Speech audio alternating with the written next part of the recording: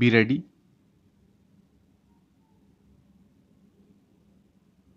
5 seconds. Start.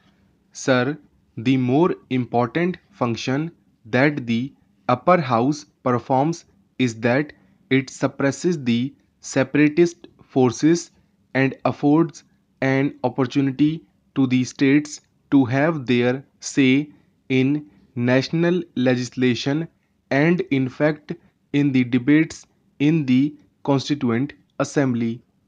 This aspect was put with great emphasis by the honorable members.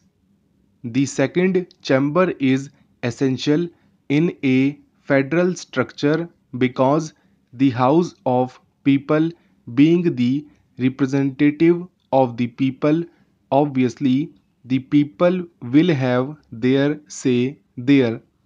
But the states also should have a say of their own in a democratic constitution, and the Rajya Sabha, being a council of states, obviously the states will have a say in our constitution.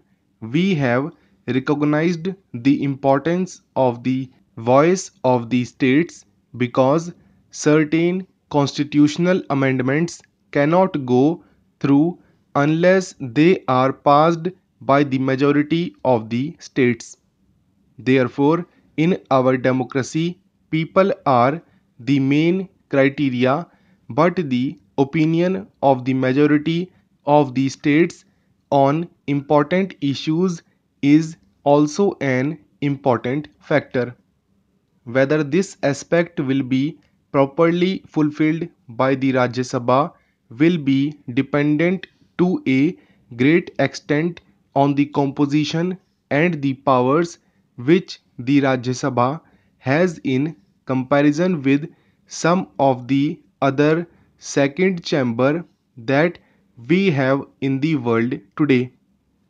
For example, the most powerful second chamber in the world today, everyone will have to agree, is the Senate of the United States. The Senate members are directly elected. Their powers are also much wider because the Senate possesses the power of even vetoing treaties which are agreed upon by the President. Ratification by the Senate is necessary before a treaty comes into force, and up till now, more than 60 treaties have been vetoed by the Senate. In the United States Senate, each state is represented by two members irrespective of its size and population. Now let us look to another federal. In Australia, the Senate is not as powerful as that of the USA. There are 50 senators and they are elected 10 each from the 5 states. Therefore, irrespective of the size of the population, uniformity is maintained there also of all the senates.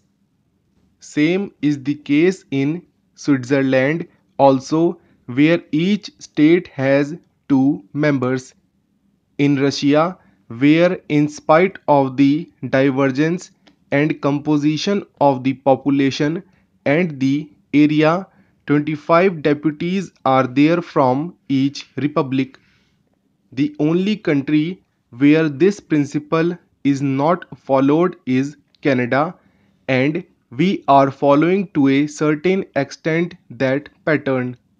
In Canada, 120 members are nominated by the Governor General, and 4 provinces have 24 members each, and other provinces have got varying number of members with a minimum of 4. We have to a certain extent followed the pattern of Canada, and because we have accepted the principle of both nomination and indirect election, and also the principle of not having uniform representation.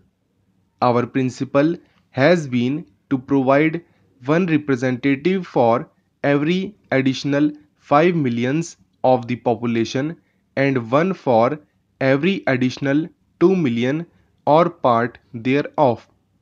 Why I am objecting and asking for an amendment and asking this House to consider the necessity of changing the present structure. I will just now come to that. In the House of the people, obviously, the House being representatives of the people, the populous states will have more representatives. Nobody can deny it, and that should be the first and basic principle. But unless there is another chamber where the smaller states may feel that they are not overwhelmed by the populous states, I think to a certain extent a situation may arise someday when the smaller states may feel that their problems are not being discussed in the proper perspective as it should be discussed. Obviously, at this moment, I will concede that not only the quantity but quality also counts. But in a democracy, the number also counts very much. Nobody can deny, and in fact, this is one of the reasons probably which prompted all other federal democratic countries like the United States, Russia, and Switzerland to have uniformity of the number representing their states. In the United States, we find that the Senate and the House of Representatives try to strike a balance of conflicting interests through different compositions conflicting with one another. For example, in the United States, we find that they have got 8 farming states, and these states have 47 representatives in the House of Representatives, whereas there are industrial states and the number of their representatives in the House of Representatives is 174. In the House of Representatives, the disparity is there.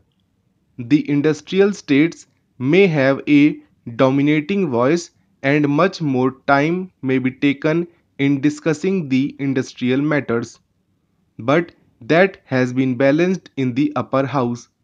I feel we should have also a fresh view as to whether the composition of the Rajya Sabha should be changed because of this first principle alone. This should be considered very carefully.